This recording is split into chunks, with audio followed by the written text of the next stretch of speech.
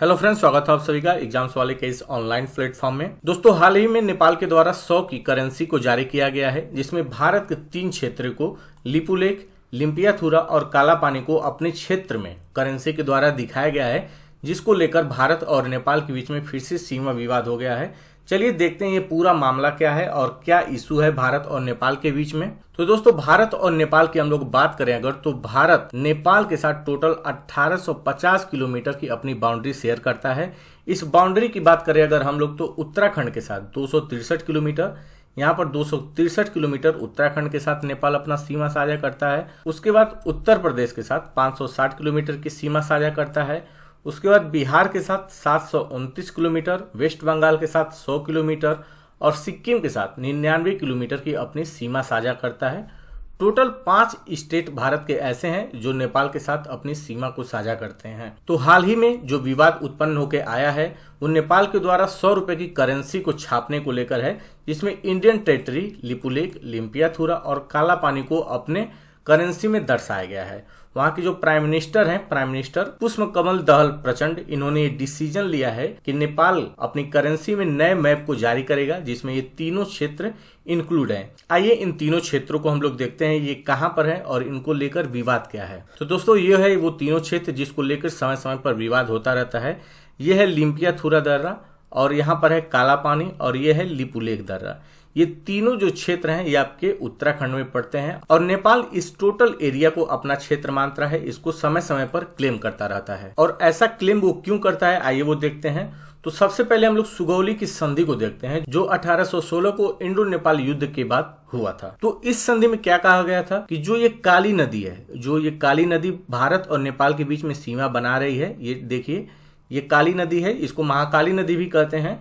तो इसको लेकर कहा गया था कि ये जो सीमा बना रही है, इसके पूर्व के जितने भी क्षेत्र रहेंगे वे सभी नेपाल के हिस्से में रहेंगे। नेपाल इसको अपनी बाउंड्री के रूप में देखेगा और इसके पश्चिम के जो भी क्षेत्र हैं ये इंडिया अपनी बाउंड्री के रूप में देखेगा। तो इसमें विवाद लेकर समय समय पर यह होता है कि ये नदी है और समय समय पर ये अपने मार्ग को परिवर्तित करती रहती है और अपने मार्ग को परिवर्तन करने की वजह से ये जो भी दर्रे हैं ये भारत में इंक्लूड हो गए हैं और भारत इन पर अपना अधिकार जताता है कि ये सभी क्षेत्र भारत के हैं। और सबसे अधिक जो विवाद होता है वो काला पानी को लेकर होता है। ये उत्तराखंड के पिथौरागढ़ में है और यहाँ पर 3 गांव ऐसे हैं जो भारत में आ गए हैं। तो समय समय पर यहाँ पर नेपाल भी अपना यहाँ पे एरिया क्लेम करता है और इंडिया भी अपना एरिया यहाँ पे क्लेम करता है और इनका विवाद अभी तक सुलझ नहीं पाया है। यहाँ पर हम लोग नेपाल की बात करें तो 18 जून 2020 को नेपाल ने अपने देश का पॉलिटिकल मैप जारी किया था, जिसमें तीनों क्षेत्रों को लिपुलेख, कालापानी और लिम्पियाथुरा को अपने टेरिटरी में दिखाया था। इसके पहले नेपाल ने ये मैप जारी नहीं किया था। जब 2019 में भारत के द्वारा मैप जारी किया गया था, जब जम्मू और कश्मीर को अलग किया गया था, तो उस समय इंडिया ने अपना मैप जारी किया था,